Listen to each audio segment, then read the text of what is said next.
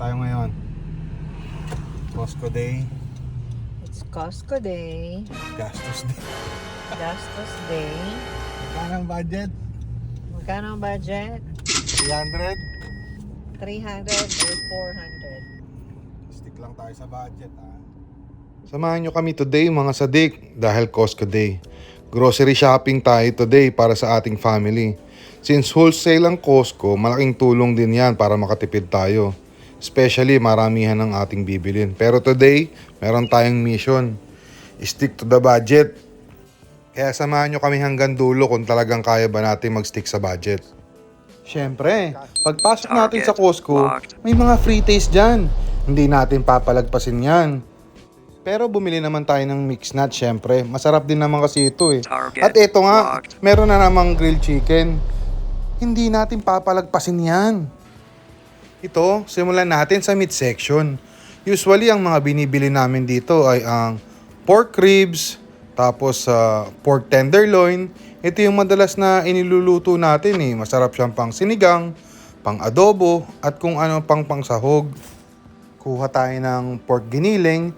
Kasi kung i-compare mo sa mga grocery store, mas mura dito. Kaysa bumili ka ng patingi-tingi.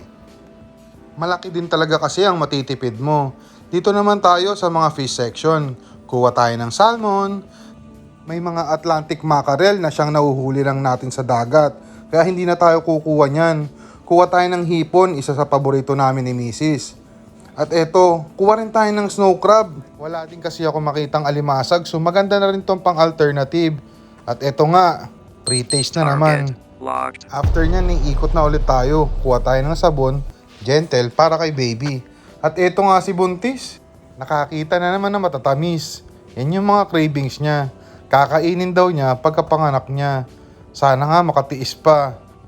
Ito naman, itry natin. Ang smoked mussel with pita bread. At si Buntis nga, nakaisa ng strawberry jam. At dito nga, pinag-iisipan niya talaga kung ano yung kukunin namin sa susunod.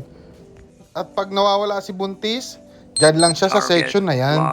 At si Buntis nga nakakita ng sweet corn, pinakuha niya ako para tikman natin. At another section na mas makakamura ka dito ay ang mga fruit section.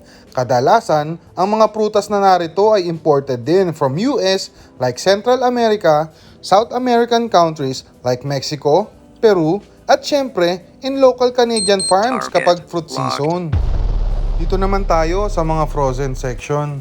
So dito nga ay bumibili ka man ng mixed vegetables. Aside from makakamura ka na, iwas bulok pa. Kaya pati mga broccolis, bumibili na lang din kami ng frozen. Okay mga sadik, ito na ang moment of truth. Check out time. Dito natin malalaman kung successful ang mission natin. Nakapag-stick ba tayo sa ating budget? Mission accomplished, our fridge supplies for 2 months. At ang total ng ating bill ay